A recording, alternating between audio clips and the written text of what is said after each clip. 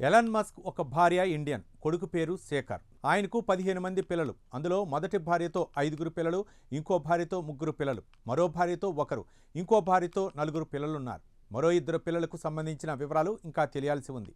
ఇక అతనికి ఎంతమంది భార్యలున్నారన్నది ప్రపంచానికి తెలియదు. కానీ అతని భార్యల్లో ఒక భార్య మాత్రం భారతీయ మూలాలున్న మహిళ.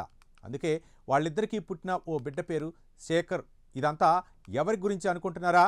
ప్రపంచ కుబేరుడు ఎలాన్ మస్క్ వైవాహిక జీవితానికి సంబంధించిన వివరాలు. అయితే తాజాగా అతను ఓ ఇంటర్వ్యూలో ఈ రహస్యాన్ని బయటపెట్టడం ఇప్పుడు ప్రపంచవ్యాప్తంగా హాట్ టాపిక్గా మారింది. ఇంతకీ భారతీయ మూలాలున్న ఎలాన్ మస్క్ భార్య ఎవరు? ఆమె బ్యాక్గ్రౌండ్ ఏంటి? Let's watch.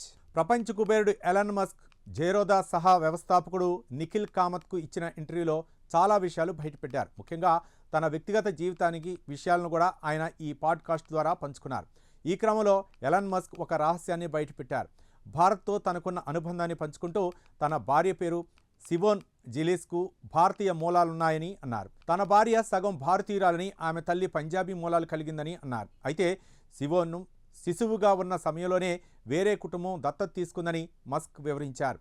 ఆమె కెనడాలో పెరిగారని, దత్తత వలన ఆమె ఇండియన్ అమెరికన్గా ఎదిగారన్నారు. అందుకే తన కుమారుల్లో ఒకరి పేరు శేఖర్ అనే పదం ఉంటుందని సీక్రెట్ను రివీల్ చేశారు ఎలాన్ మస్క్. నోబెల్ గ్రహీత సుబ్రహ్మణ్యన్ చంద్రశేఖర్ పేరులో నుంచి శేఖర్ అనే పదం కలిసొచ్చేలా పేరు పెట్టామన్నారు. ఇక సిమోన్ జిలీస్ విషయానికి వస్తే ఆమె మస్క్కు చెందిన ఆర్టిఫిషియల్ ఇంటెలిజెన్స్ కంపెనీ న్యూరాలింక్లో ఆపరేషన్స్ స్పెషల్ ప్రాజెక్ట్ డైరెక్టర్గా పనిచేస్తున్నారు. ఆమె యాల్ యూనివర్సిటీ నుంచి ఎకనామిక్స్ ఫిలాసఫీలో బ్యాచిలర్ ఆఫ్ ఆర్ట్స్ పట్టా పొందారు. విద్యార్థిగా ఉన్నప్పుడు ఆమె ఐఎస్ హాకీ జట్లో సభ్యురాలుగా కూడా ఉన్నారు. తరువాత ఐబిఎం బ్లూంబర్గ్లో పనిచేశారు. 2016లో జిలీస్ ఓపెన్ ఏఐలో చేరారు. ఆ తర్వాత 2017లో న్యూరాలింక్లో చేరారు.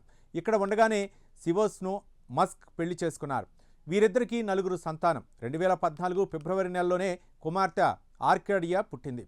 ఆ తర్వాత కుమారుడు సెల్జా నెక్లుర్గన్ జన్మించాడు. ఇక 2021లో వీరికి కవలలు స్ట్రైడర్, అజూర్ జన్మించారు. వీరిలో ఒక కొడుకు పేరులో శేఖర్ను చేర్చారు.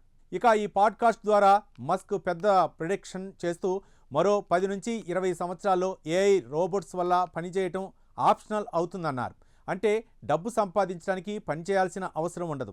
ఇష్టముంటే చేయొచ్చు, లేకపోతే లేదన్నారు. ఇక ఏఐకి 3 విషయాలు నేర్పించాలన్నారు. ట్రూత్, బ్యూటీ, క్యూరియాసిటీ గురించి తెలియాలన్నారు. అప్పుడే ఏఐ మనుషులకు సాయం చేస్తుందని, హాని చేయదని చెప్పారు. ఇక ఇండియన్ల గురించి మాట్లాడుతూ ఆ అమెరికాకి ఇండియన్ టాలెంట్ ఎంతో ఉపయోగపడుతుందని మస్క్ నొక్కి చెప్పారు.